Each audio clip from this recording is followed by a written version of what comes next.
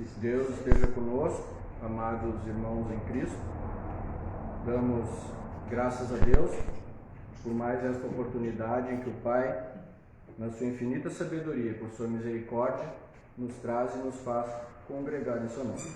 Então eu peço que os irmãos se coloquem de pé, pela vontade de Deus, para que façamos o início da nossa reunião. Em nome de nosso Senhor Jesus Cristo, Deus Pai Onipotente, e por sua santa vontade, declaro aberta a nossa reunião espiritual da noite de hoje. Que Deus esteja conosco, agora e sempre, nos amparando, nos orientando e nos iluminando, nos dando os seus pensamentos, o seu discernimento e a sua manifestação. Que assim seja. Amém. Vamos cantar o hino Sabedoria, número 26. Somente por Cristo é que conseguimos a sabedoria que hoje possuímos. Hoje somos gratos de sermos chamados servos da obediência e predestinados à perseverança é indispensável para que cheguemos à meta desejável. Somente por Cristo é que conseguimos a sabedoria que hoje possuímos. O maior esforço será quase nada perto da promessa que a nós é dada. Firme sempre avante para o ideal, como Jesus Cristo até o final. Podemos sentar pela vontade de Deus.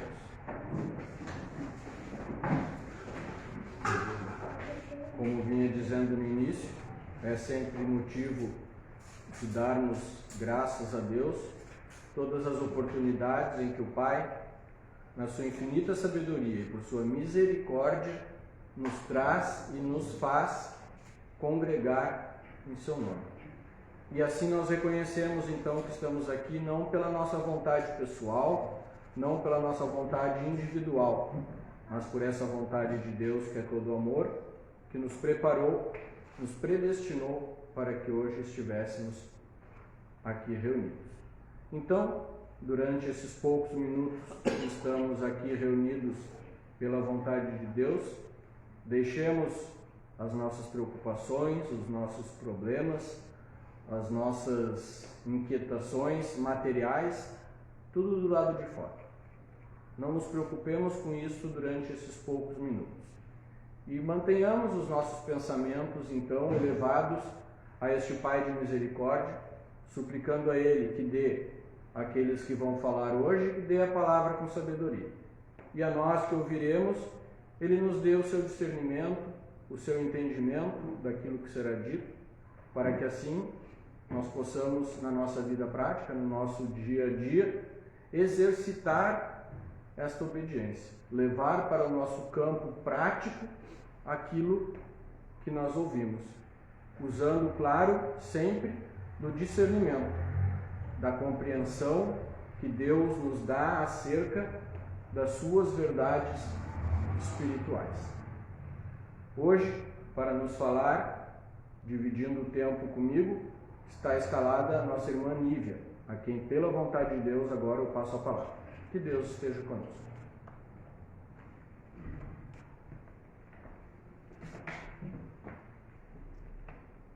Boa noite, irmãos. Que a paz do Senhor permaneça entre nós e que possamos, pela vontade de Deus, manter nossos pensamentos elevados, porque assim Ele nos ordenou, para que hoje ouvíssemos, refletíssemos e pensássemos sobre a mensagem que Ele assim ordenou. Pela vontade de Deus, eu compartilho com os irmãos um tema que foi escrito pelo irmão Aldo, que está no boletim 47, que o título é A Unicidade da Verdade. Ele nos diz assim: milhares de interpretações têm sido dadas às palavras contidas na Bíblia, na maioria das vezes antagônicas entre si. Se procurarmos entender a verdade com os sentidos aprisionados ao plano físico, nos confundiremos e nos tornaremos prisioneiros de um círculo vicioso de pensamentos que nos enredarão cada vez mais. O Senhor em Pedro nos declara: sabendo primeiramente isso, que nenhuma profecia da Escritura provém de particular interpretação, porque nunca jamais qualquer profecia foi dada por vontade humana. Entretanto, homens santos falavam da parte de Deus, movidos pelo Espírito Santo. Está em 2 Pedro, capítulo 1, versículo 20 a 21. Há, evidentemente, para todo aquele que pratica a doutrina de obediência a Deus, uma gradual e constante interpretação que só Deus dá aos seus verdadeiros servos. Essa afirmativa pode ser comparada com a resposta que a mãe dá ao seu pequeno filho quando lhe pergunta como nasceu. Gradualmente, à medida que a criança vai crescendo, recebe respostas mais adequadas ao seu nível de desenvolvimento, até que possa compreender o fenômeno biológico. O mesmo se dá no aspecto espiritual. As respostas são adequadas ao nosso desenvolvimento espiritual. Mestre Ugarte, pela vontade de Deus, usou para conosco deste mesmo princípio. Quando indagamos a respeito da divindade, inicialmente recebemos a resposta de que Deus é como um cérebro uniabarcante e nós somos como células deste cérebro. É uma verdade, mas ainda restrita à mente material do neófito. Mais adiante, ante a curiosidade que o Espírito faz nascer em nós, ele nos satisfez com a resposta: o mistério trino de Deus fica perfeitamente esclarecido com o seguinte raciocínio: Deus Pai, Deus Filho e Deus Espírito Santo são três distintas manifestações do mesmo Espírito de Deus. A compreensão do mistério nos agradou naquele momento, porém, o Espírito que tudo esquadrinha inquiriu em nós mais uma vez. Então, ele esclareceu: o Filho, Cristo, é um estado de consciência superior universal. Alegres como crianças que, quando ganham um doce, saímos correndo, crentes que já sabíamos tudo. Mais tarde, quando foi colocado que, na reta interpretação, Espírito Santo significa vontade de Deus, reacendeu em nós a dúvida e voltamos à indagação primeira: o que é Deus? Nessa nova busca, encontramos o real significado de Cristo. Em parte, a dúvida permanece, porém, a resposta está lá, contida na mensagem do Espírito Santo, sem véu algum, a não ser encoberto pela nossa própria pouca estatura espiritual. Este mistério nos será revelado quando, com humildade, nos submetermos à vontade de Deus. É na prática perseverante da obediência a Deus, que envolve muito mais do que os exercícios práticos, que se esconde toda a sabedoria e conhecimento de Deus.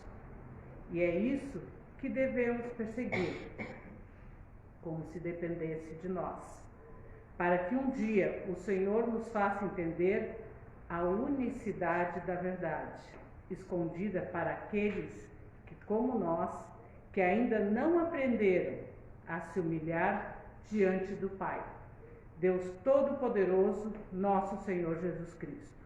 Que o Senhor nos dê fortaleza, ânimo e conhecimento espiritual. Amados irmãos em Cristo, neste tema do irmão, nos é dado a refletir sobre a evolução espiritual, que não se limita somente à espiritualidade, mas também depende da evolução de conhecimento, sabedoria, estudos, para chegarmos à prática perseverante da doutrina.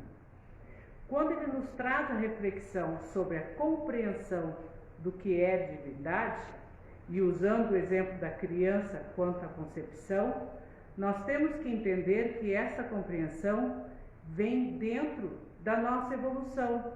E não quer dizer que na primeira compreensão está errado. E aí entra justamente aquela explicação que o Cristo no professor Júlio Gatti nos dá, sempre fazendo a comparação de uma escola. Ou seja, se no início da escola eu aprendo que 4 mais 4 mais 4 é 12, mas se eu estudar e for passando de ano, eu vou aprender que 4 vezes 3 também é 12. Então, o 4 mais 4 mais 4 não está errado, mas é a compreensão, é dentro de uma evolução de conhecimento e prática que nós vamos conhecendo. E não podemos ficar acomodados dentro de uma compreensão que nos é dada num primeiro momento. E como disse o irmão, a compreensão do mistério nos agradou naquele momento.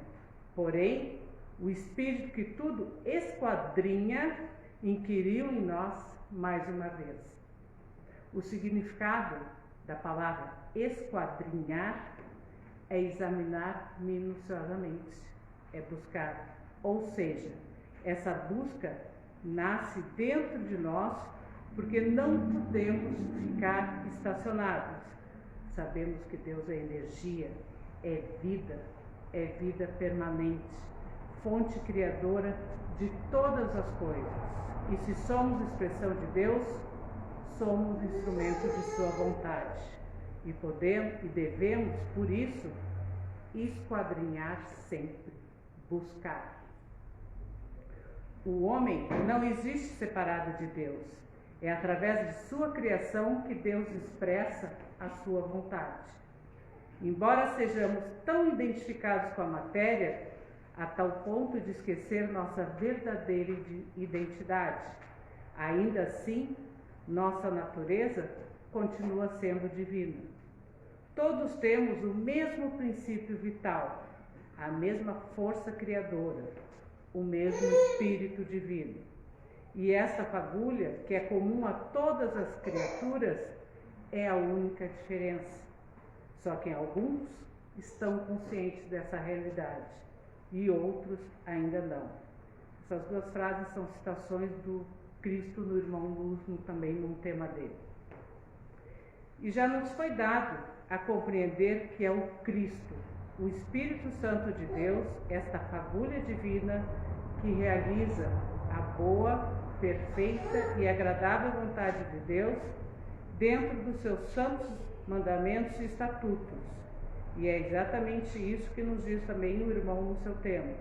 Na reta interpretação, Espírito Santo significa a vontade de Deus. Mas ele também nos alerta que a nossa busca não cessa para compreendermos a unicidade da verdade, que é uma única verdade, onde está toda a sabedoria e o conhecimento de Deus. E só Ele pode se dar a conhecer e a compreender. E como os irmãos já falaram, nós vamos de fé em fé. E é exatamente isso que nós buscamos nesse crescimento. Nós vamos de fé em fé, a comprovação cada vez mais. E é isso que faz essa busca, essa fagulha que se alimenta e que nos faz movimentar. E como os irmãos já falaram, nós vamos de fé em fé. E como nos diz o início do tema, são milhares de interpretações as palavras santas que estão na Bíblia. E sempre que tentarmos compreender a verdade com os sentidos aprisionados ao plano físico, nos confundiremos, ficaremos aprisionados e nos enredaremos. Cairemos, né, irmãos, na tentação de querer adaptar a doutrina à nossa vontade. Querer transformar, adaptando, esquecendo que a doutrina é sim, sim, não, não. Nós não podemos adaptar ao que nos convém. Às vezes é bem como o irmão disse, esquecemos da nossa condição divina, dessa fagulha, e buscamos nos agradar materialmente, nos justificando ou dando interpretações materiais à mensagem. E isso se torna uma fé humana, onde nós vamos buscar só as coisas humanas. Mas a fé divina, a fé verdadeiramente espiritual, é feita pelo Cristo. E Ele, só Ele, se identifica com o Espírito.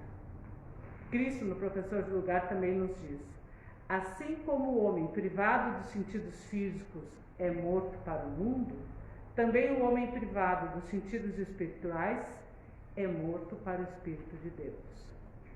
E nem a minha palavra, nem a minha predicação foi com palavras persuasivas de humana sabedoria, mas com demonstração do Espírito e poder, porque a vossa fé, para que a vossa fé não seja fundada nas sabedorias de homens, mas no poder de Deus.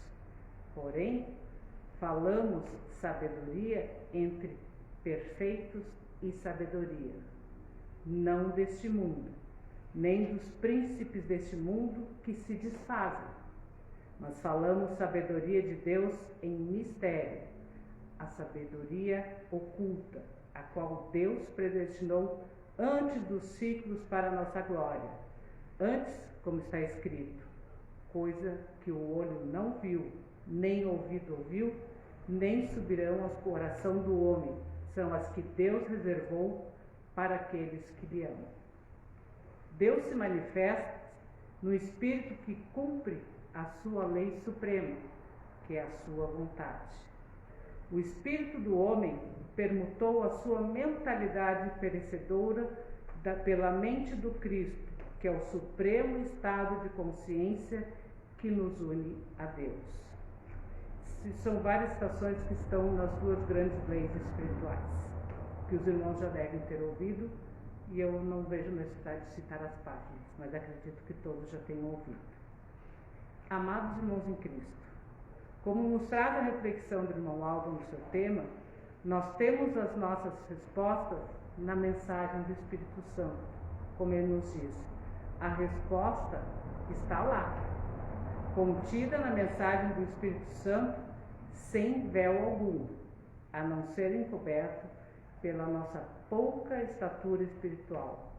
Este mistério nos será revelado quando, com humildade, nos submetermos à vontade de Deus. Também o Cristo, no Professor Ugarte, nos diz: pois qual dos homens sabe as coisas do homem, senão o espírito do homem que nele está? Assim também, as coisas de Deus, ninguém as conhece, senão o Espírito de Deus.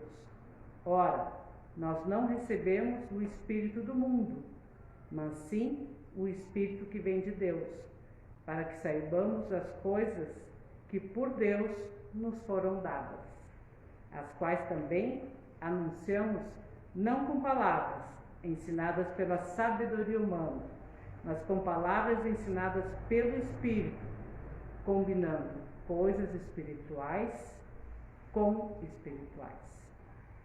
E será com muita perseverança, meus irmãos, na prática da obediência a Deus, sempre fundamentada na obediência e da negação da nossa ilusória vontade humana, que seguiremos firmes na nossa evolução espiritual, que não dá saltos, e que devemos perseguir, como se dependêssemos de nós, como diz o irmão, para alcançarmos entender a unicidade da verdade. E disso inclui, é claro, o cumprimento dos seus santos mandamentos, como nos diz em Mateus capítulo 22, versículo 36 ao 39. Mestre, qual é o grande mandamento da lei? Respondeu-lhe Jesus: Amarás o Senhor teu Deus de todo o teu coração, de toda a tua alma e de todo o teu entendimento. Este é o primeiro e grande mandamento. O segundo, semelhante a este, amarás teu próximo como a ti mesmo. E nessa mesma página desse tema onde está o do irmão Aldo, tem uma reflexão do amor ao próximo, que fala justamente desse segundo mandamento, que diz assim: diz o Senhor que se nós não amarmos ao nosso irmão, a quem conhecemos, como iremos amar a Deus a quem desconhecemos?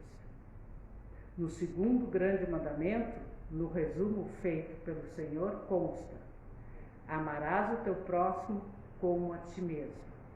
Os seus discípulos perguntaram: quem é o nosso próximo? A divina resposta esclareceu a todos: amai os vossos inimigos e orai pelos que vos perseguem. E em São Paulo, concluiu o Senhor, no que depender de vós, tende paz com todos os homens. O amor ao próximo não é um sentimento humano, transcende a isso. É, antes de tudo, colocar-se no lugar do outro, é pensar no outro, antes do que pensar em si mesmo. A manifestação de amor ao próximo se verifica nas mais variadas situações do cotidiano. O amor ao próximo lança fora o egoísmo individualista, gerador de todas as discórdias existentes no mundo. O amor ao próximo é, em síntese, entender que a vontade una opera em todos, resguardados diferentes planos espirituais.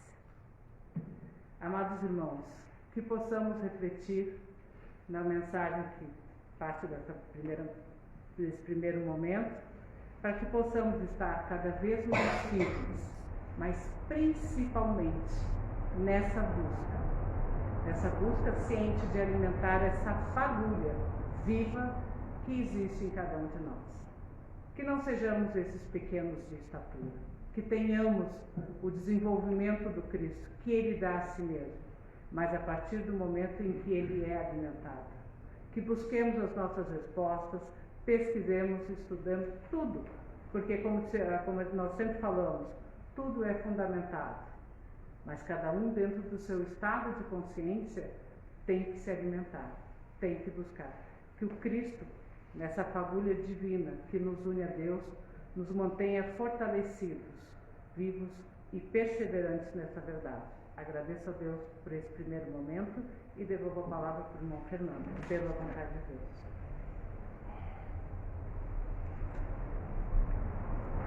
Damos graças a Deus, aquilo que nos foi dado a ouvir até o presente momento, reconhecendo que sempre que nós falamos sobre a santa obediência, não somos nós humanamente falando, que falamos, mas é esta consciência do Cristo, como vinha dizendo a irmã, que se dá em cada um de nós à medida em que nós nos esforçamos diariamente na prática desta obediência.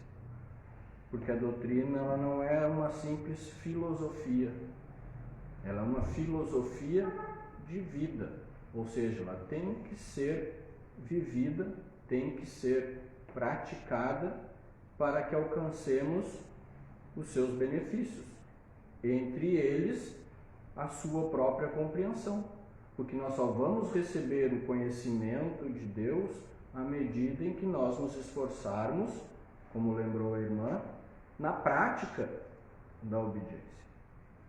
Só praticando é que nós evoluiremos espiritualmente e receberemos este conhecimento do Pai.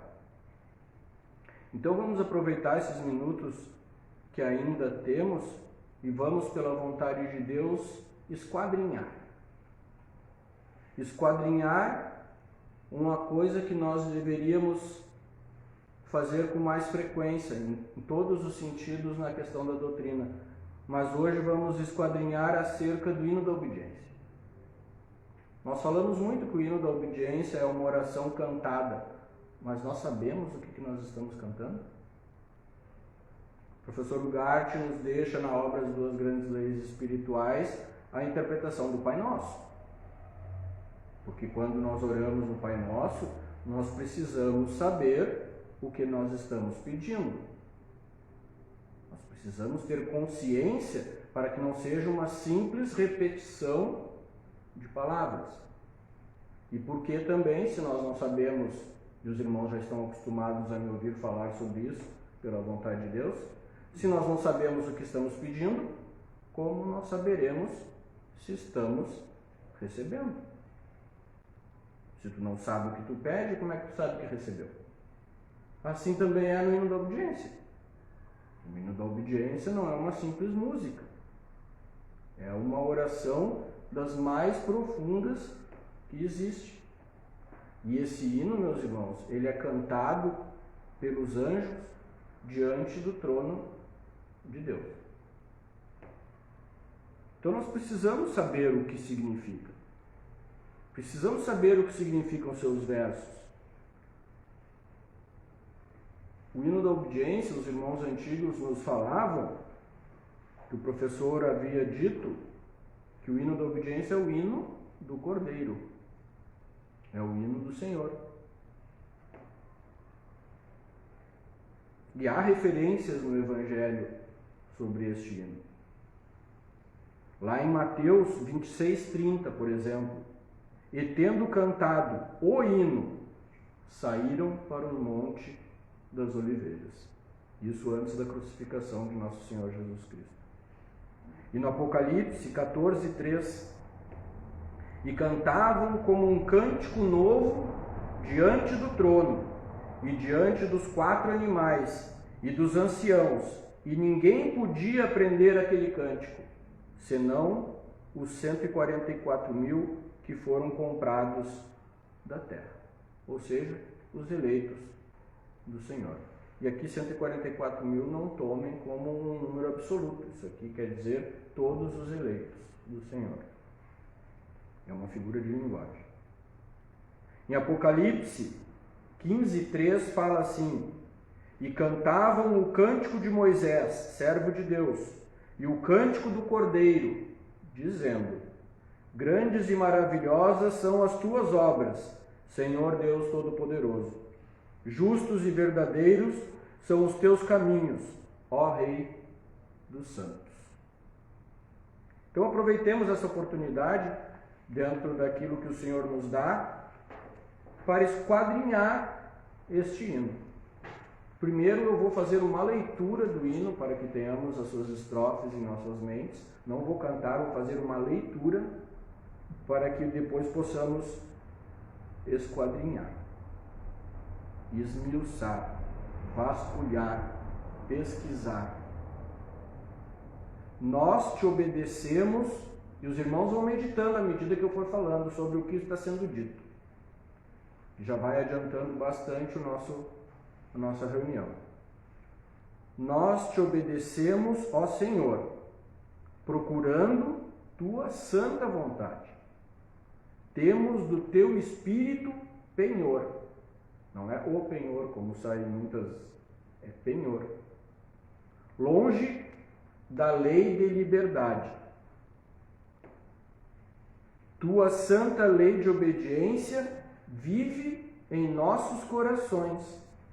Dá-nos a beber tua ciência. Orienta nossas ações. Cristo, exemplo de salvação, brilhante luz das nossas almas, dá-nos tua manifestação. Dos céus, envia-nos palmas. Tua fé que desce de cima, mora em nossos corações.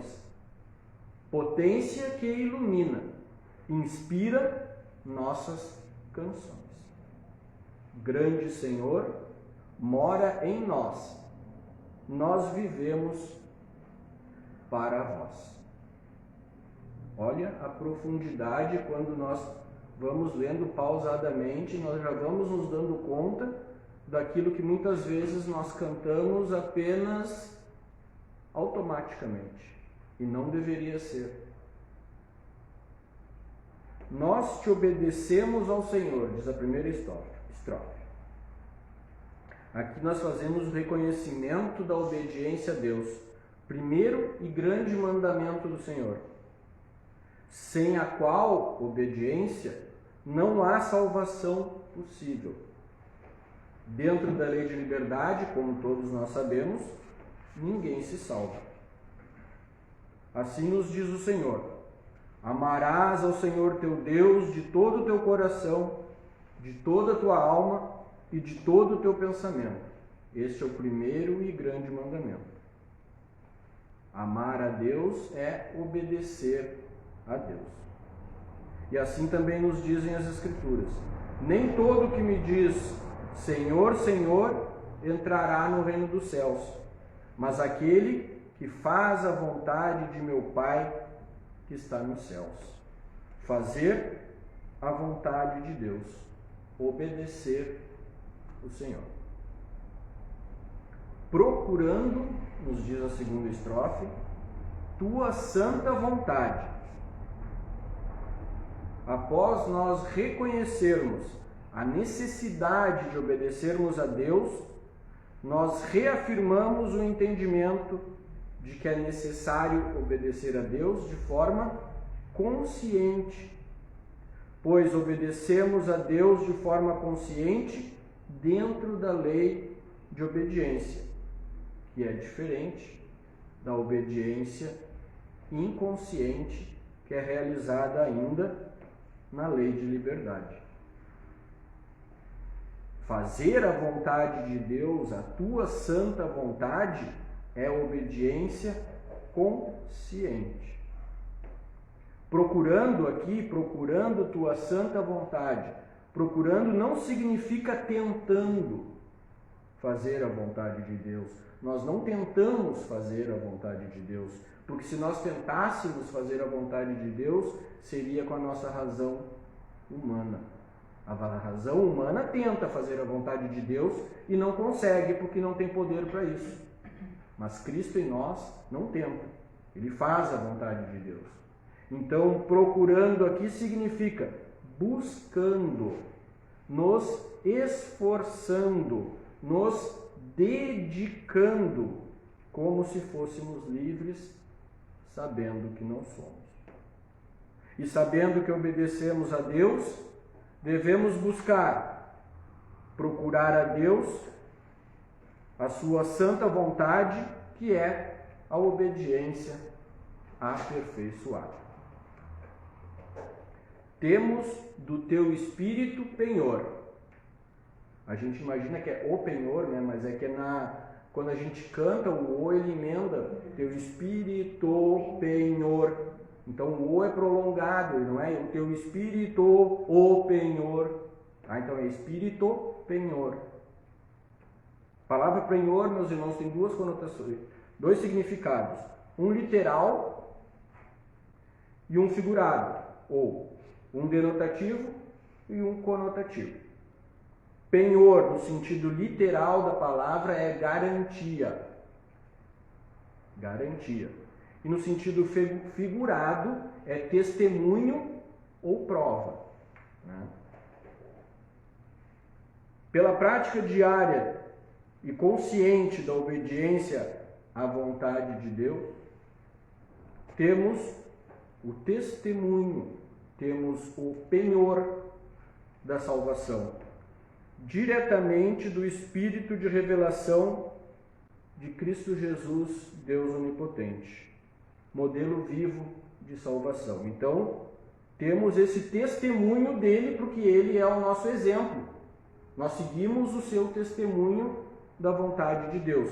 Isso se analisarmos no sentido figurado, que está certo. Mas se nós analisarmos também pelo sentido literal, também está certo. Vejam a perfeição que é este verso, que nós não nos damos nem conta. Porque embora o sentido de garantia também, como vinha dizendo, é correto, porque pelo Senhor nós temos a garantia da salvação. Temos o penhor, temos essa garantia. Porque Deus não é Deus de confusão. Ele não nos prometeria algo e seria algo diferente depois.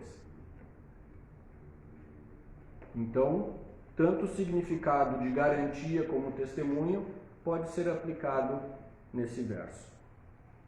Longe, o último verso da primeira estrofe, longe da lei de liberdade. A prática da obediência a Deus, como os irmãos sabem, nos afasta cada dia que nós praticamos, nos afasta cada dia mais da lei de liberdade. Sujeitai-vos, pois, a Deus, resisti ao diabo, e ele de vós fugirá. Ou seja, pratiquemos a vontade de Deus, a santa doutrina, e a nossa vontade humana, pessoal, irreal e ilusória, de nós se afastará. Vamos analisar agora, pela vontade de Deus, o coro, para não deixar lá para o final. Grande Senhor mora em nós, nós vivemos para vós. No coro nós suplicamos ao Senhor que Ele venha fazer morada em nós. E reconhecemos que a nossa vida aqui vivida, neste plano físico, é vivida para a prática da obediência a Deus. Fomos criados com este único objetivo, qual seja, nos unificarmos a Deus. Na segunda estrofe, podemos ler, no primeiro verso: Tua santa lei de obediência. Parece tão simples, né? A lei de obediência é a santa lei. Por quê? Porque santo significa aprovado, sancionado. É a única lei aprovada por Deus, é a lei de obediência. É a única lei que Deus sancionou, a lei de obediência. Tudo aquilo que provém da divindade é santo. A sua lei, a sua vontade, o próprio hino da obediência, o hino do Cordeiro, é um hino santo, que é um hino enviado diretamente pelo Senhor. Então diz a primeira estrofe: Tua santa lei de obediência vive em nossos corações. Devemos entender aqui, meus irmãos, que a doutrina, essa consciência do Cristo, esse estado de consciência que despertou em nós, deve estar presente em nossos corações. E corações, os irmãos aqui abstraiam a ideia de coração material, como se fosse uma bombinha. Coração significa mente, mente de Cristo. A santa lei de obediência vive na mente de Cristo que despertou em nós. A obediência deve estar presente diariamente, ou seja, viver em nosso interno. Cristo, que é o espírito de obediência a Deus, que é a própria consciência do Cristo, o segundo logos da divindade, vive no nosso interno pela prática diária e perseverante da santa lei de obediência. A santa lei deve ser a nossa vida, a vida verdadeira. Dá-nos a beber tua ciência. Nesse verso, pela vontade de Deus, nós pedimos ao Senhor beber do seu conhecimento. Esse é o significado de ciência aqui. Dá-nos a beber do teu conhecimento, a ciência que desce do Altíssimo. A doutrina da obediência a Deus é a ciência divina que nos alimenta. É a água da vida que jorra direto do trono de Deus Pai, da consciência crística, sem intermediários. Consciência esta que está em nós, por Cristo, e não fora de nós.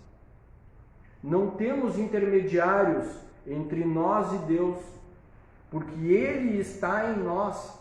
Ele vive em nós desde o momento em que aceitamos a sua lei e colocamos em prática. Então, dá-nos a beber tua ciência, orienta nossas ações. Finalizando essa estrofe, pedimos ao nosso Pai comum, como nos diz o professor Ugarte, Cristo Jesus, que Ele nos guie neste caminho santo, orienta nossas ações, orienta a nossa prática de obediência.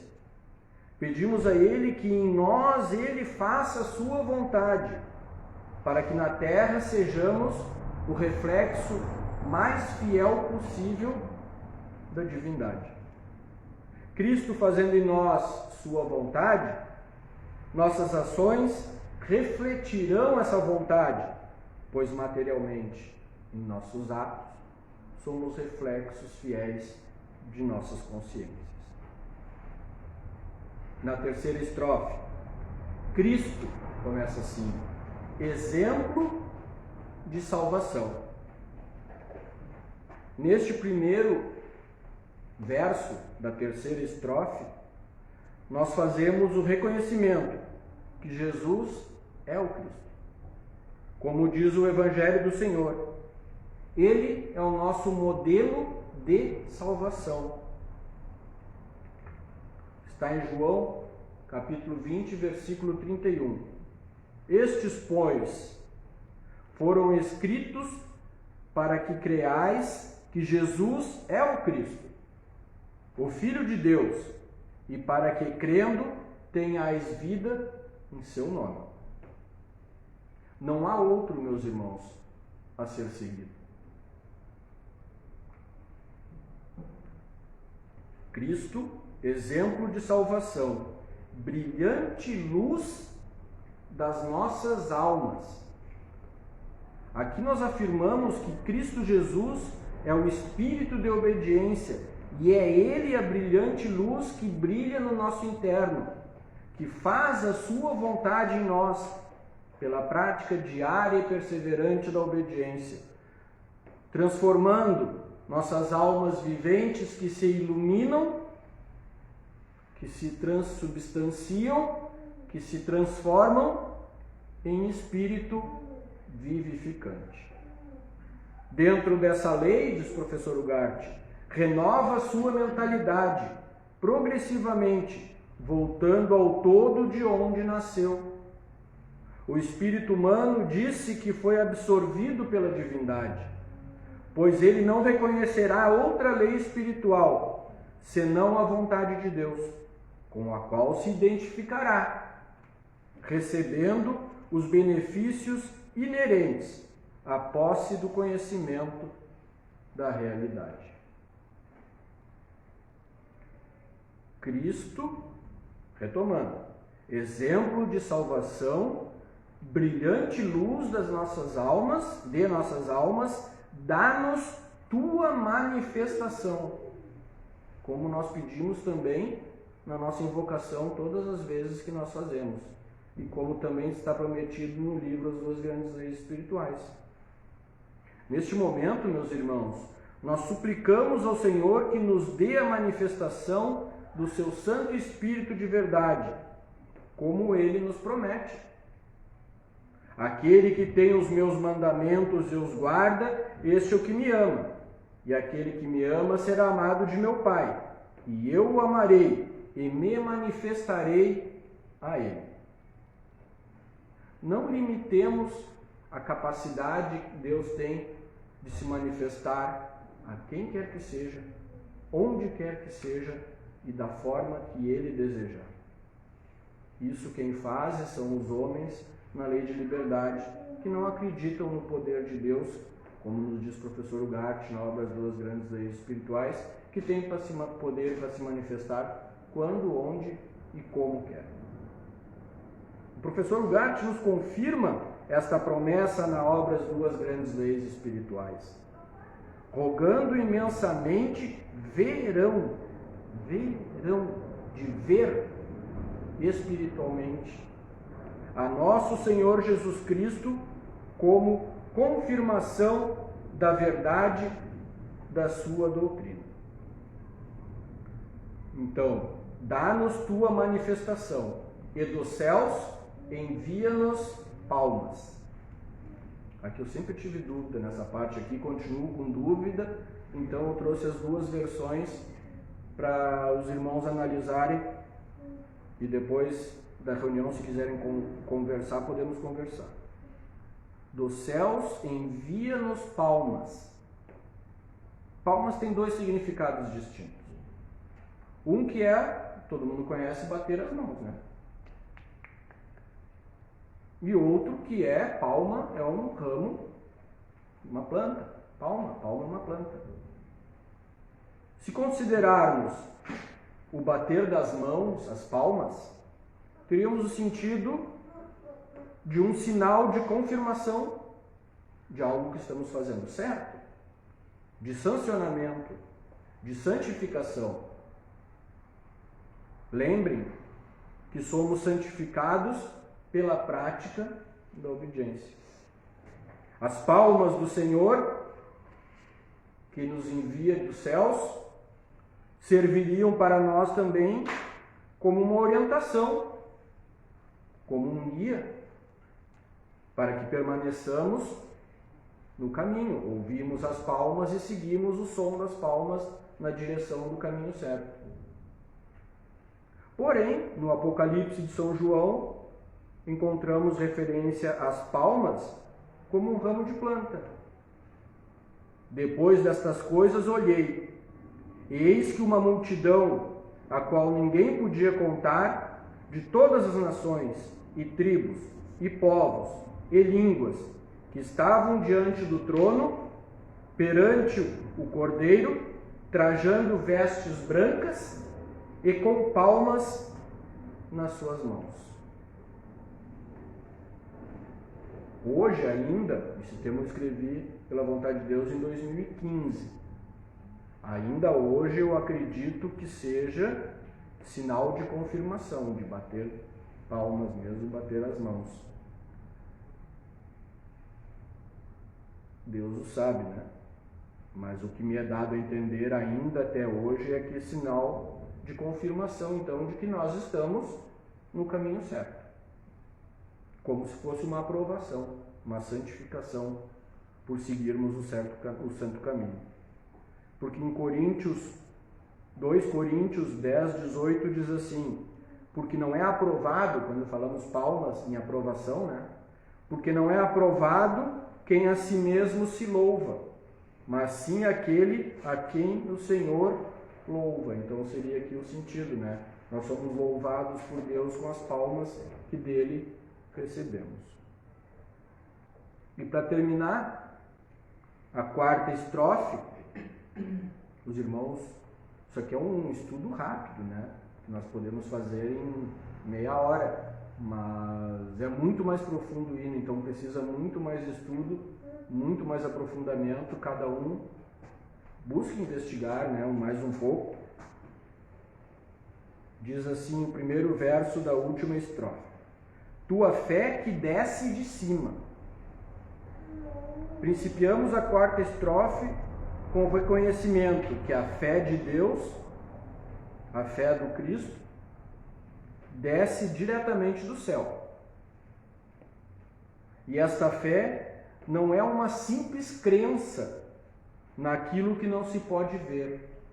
É mais que isso, é uma certeza. Como nos diz o professor Ugarte no tema O Nascimento de Jesus Cristo: na ciência, para nada intervém a fé. A crença firme, se não como auxílio, para nos dedicarmos ao estudo laborioso de qualquer ramo científico.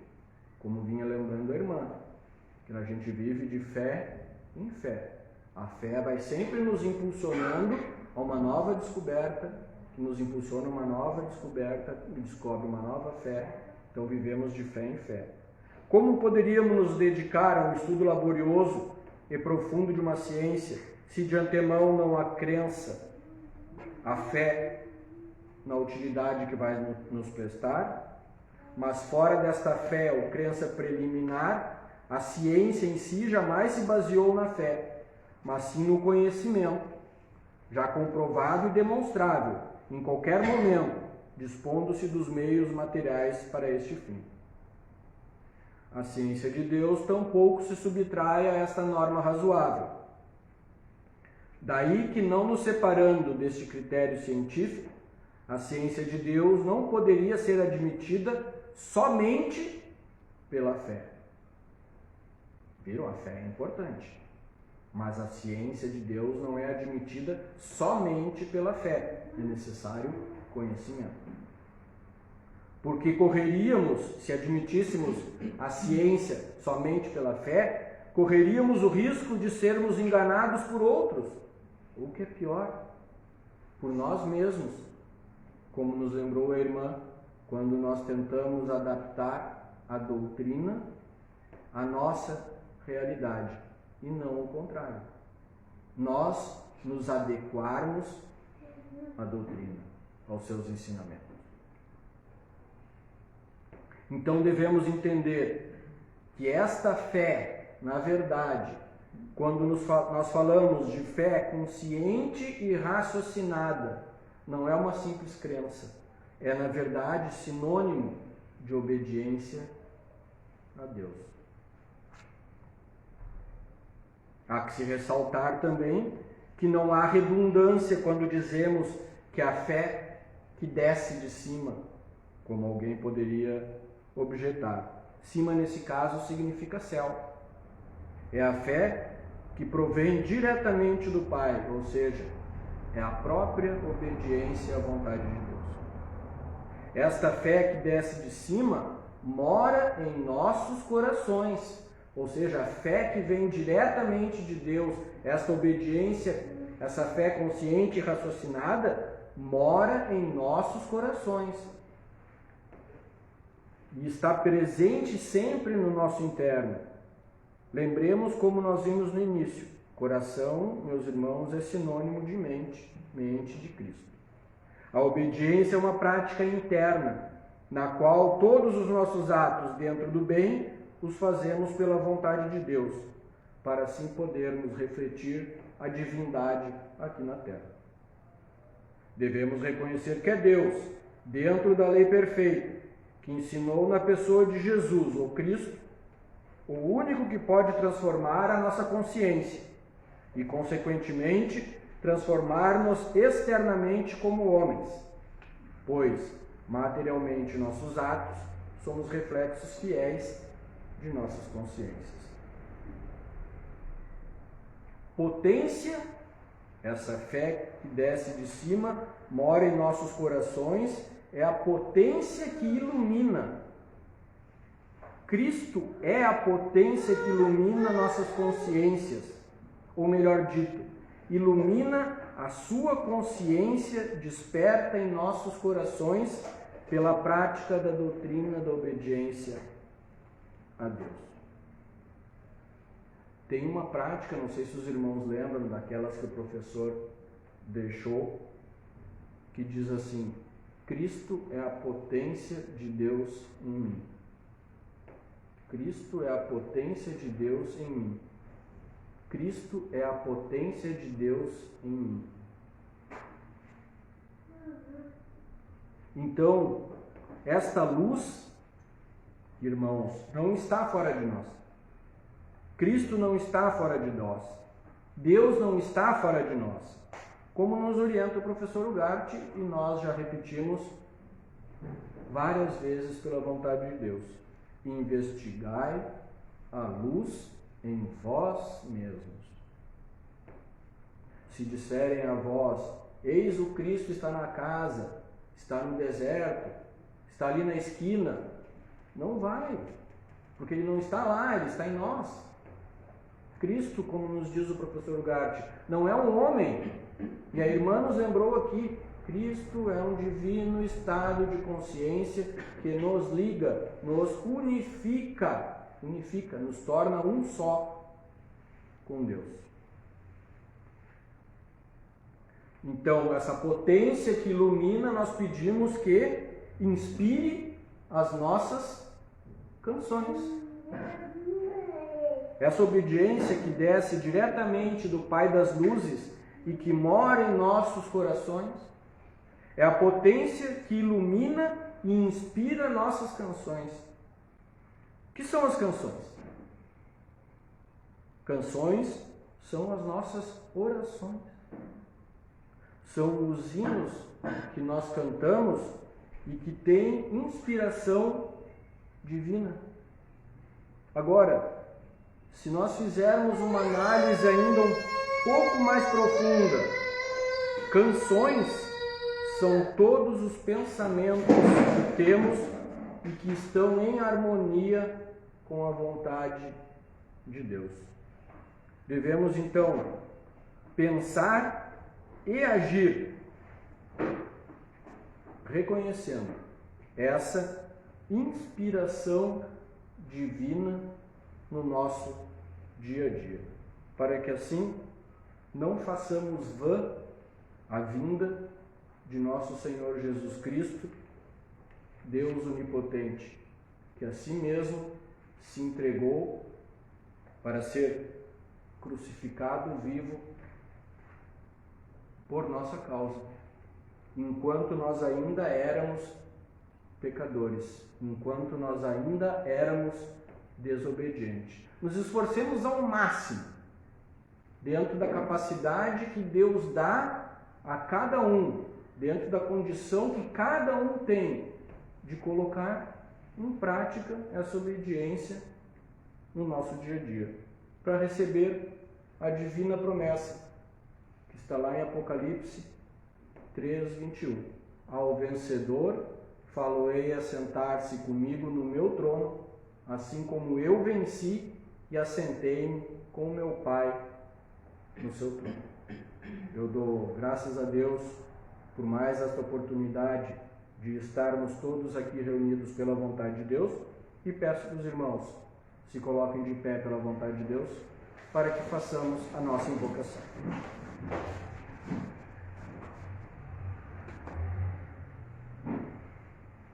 Nós estamos reunidos em nome de nosso Senhor Jesus Cristo, Deus Pai onipotente, tendo fé nas suas palavras quando disse: quando 2 ou mais pessoas estiverem reunidas em meu nome, eu estarei no meio delas.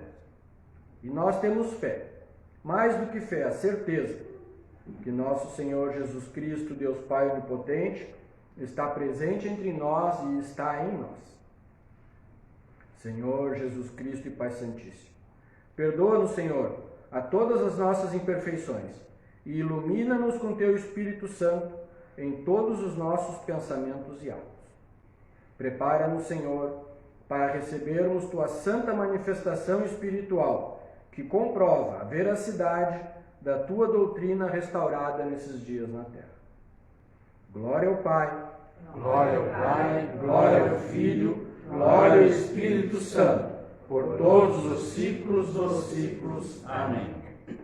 Senhor Jesus Cristo e Pai Santíssimo, Senhor nosso e Deus nosso, diante da majestade do Teu poder, te suplicamos neste momento, que ampare a todos nós aqui presentes, bem como a todos os Teus servos obedientes, onde quer que estejam, em obediência à Tua santa vontade.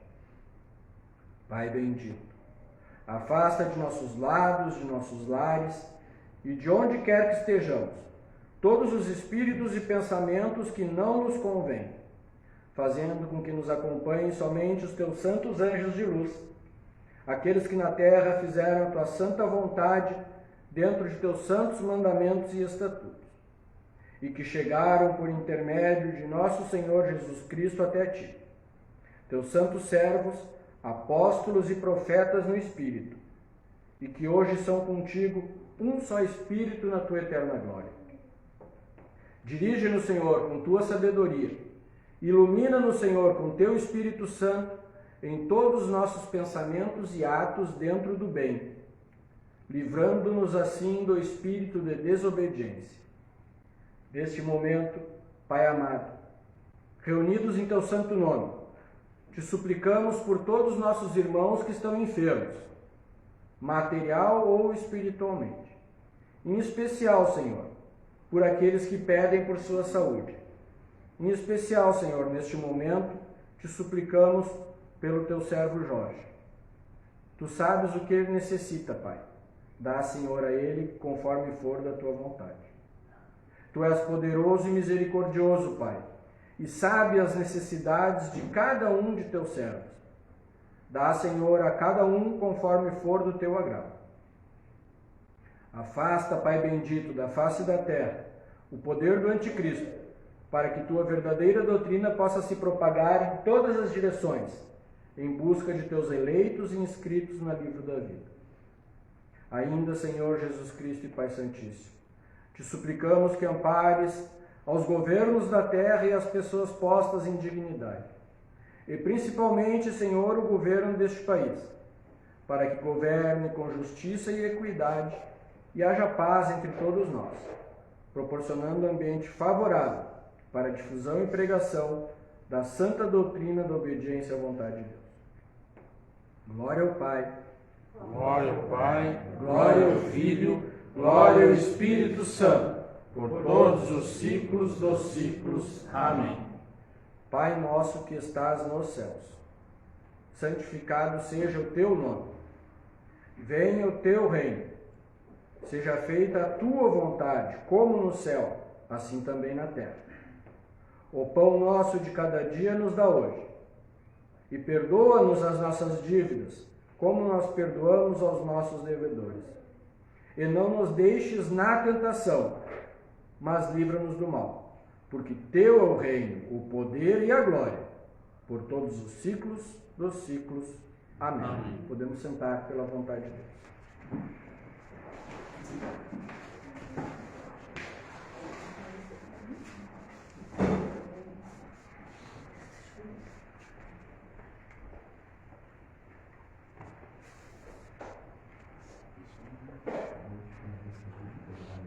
Continuemos então o estudo. Peguemos o livro da obediência, peguemos o livro do professor, os seus artigos, a Bíblia. Podemos usar o site onipotente.org, que lá dá para fazer pesquisa interna do livro e dos artigos do professor. Botemos as palavras de referência do hino e vamos procurar. Na Bíblia também, a gente pode entrar no bibliaonline.com, lá tu bota a passagem que tu quer e ele busca em qualquer versão da Bíblia. continuemos o estudo. É importante que nós saibamos o que nós estamos cantando, assim como nós já aprendemos pela vontade de Deus o que nós pedimos na oração do Pai Nosso. Se algum irmão ou irmã teve a graça de ver ou ouvir espiritualmente, ou quiser dar algum testemunho, tem a palavra pela vontade de Deus.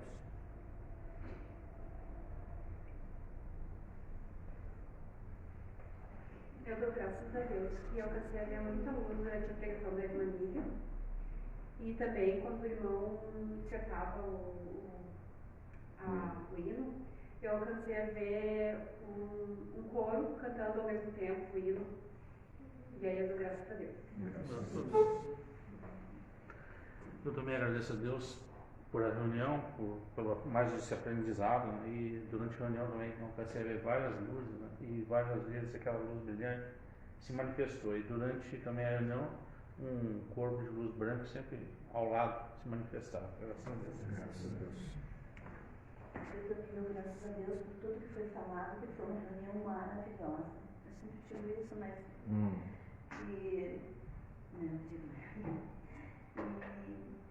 Graças a Deus.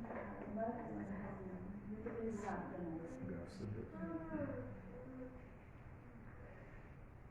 Também agradeço a Deus pelo amparo, por esse trabalho. E esse tema do Irmão Alto eu li pesquisando, olhando enquanto eu fazia minhas atividades, eu botei o telefone, fui lá no canal da Obediência, e é um dos primeiros temas, artigos que está sendo, tem vários artigos lidos por irmãos e irmãs, e esse foi o primeiro tema. E me chamou a atenção, eu tive que ouvir de novo para anotar o boletim. E aí nós temos uma pilha dos boletins, e aí eles falaram, está em ordem o boletim? E ele falou, não. Eu falei, vou ter que procurar. Depois, quando eu peguei a pilha, era o primeiro boletim. Então, eu só tenho que agradecer a Deus pelo amparo, pela elevação, por tudo. Graças a Deus. Graças a Deus. Isso aí é a comprovação. A doutrina se comprova. A comprovação é ciência. Agora, se nós queremos nos comprovar realmente se é a verdade, a gente tem que fazer aquilo que as crianças não querem fazer quando são muito pequenas, né? A mãe diz, tu tem que comer isso, mas eu não gosto. Não, mas tu nem provou, como é que tu sabe que tu não gosta? A doutrina é a mesma coisa. Se não experimentar, não tem como saber. Então esse é o convite que a gente faz sempre, né? Tem dúvida? Pode, mas não, a dúvida é normal. Que tenhamos dúvida, mas que a dúvida pelo menos nos leve a investigar para saber do que nós estamos falando, né? O que é a doutrina, o que é fazer a vontade de Deus, o que é obedecer a Deus. Porque não é obedecer a homens. O Evangelho não nos manda obedecer a homens, nos manda obedecer a Deus. E é isso que nós fazemos aqui, é isso que nós pregamos, a doutrina da obediência à vontade de Deus. Então eu peço que os irmãos se coloquem de pé para que a gente possa cantar o hino da obediência, para poder encerrar a nossa reunião. Número 1 no livrinho.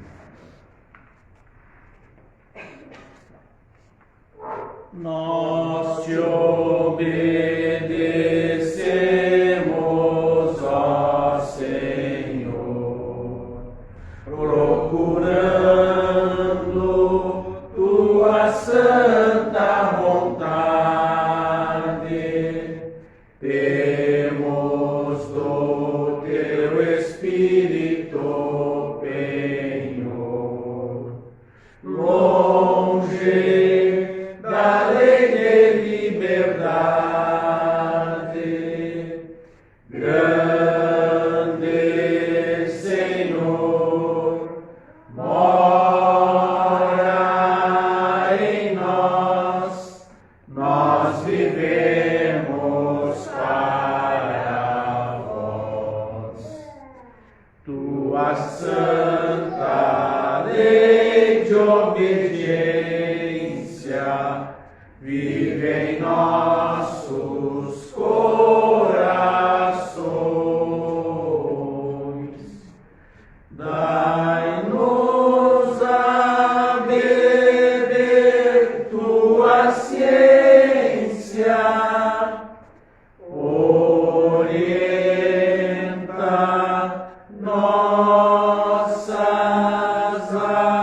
ações. Grande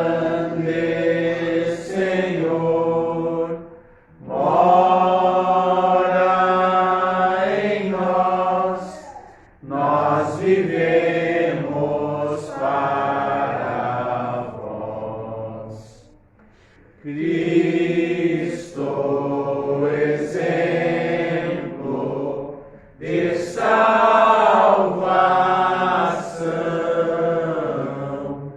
brilhante luz de nossas almas,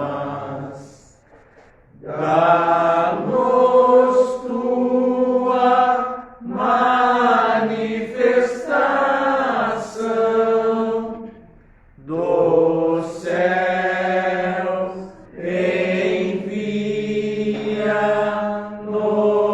palmas,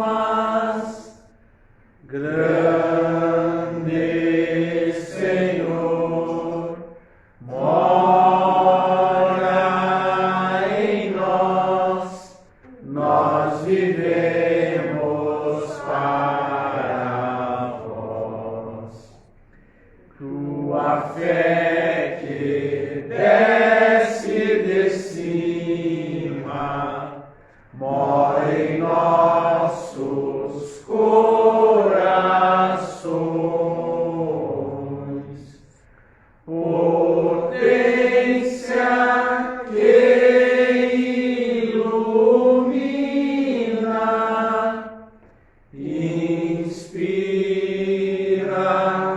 nossas canções. Grande Senhor, mora em nós, nós vivemos para vós. Grande Senhor, mora em nós, nós vivemos para vós. Amém.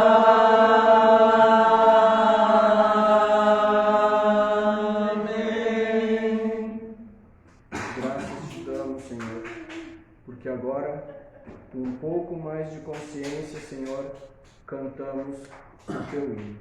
Dá-nos, Senhor, a cada dia mais a tua consciência, para que compreendamos a nossa passagem aqui por este plano físico, as nossas obrigações diante da tua doutrina, Pai. Graças te damos, Senhor e Pai nosso, por mais esta oportunidade que nos trouxestes aqui a nos reunir hoje por tua santa vontade. Despede-nos, Pai, na tua santa paz. Reconforta-nos, Senhor, no teu santo espírito de obediência.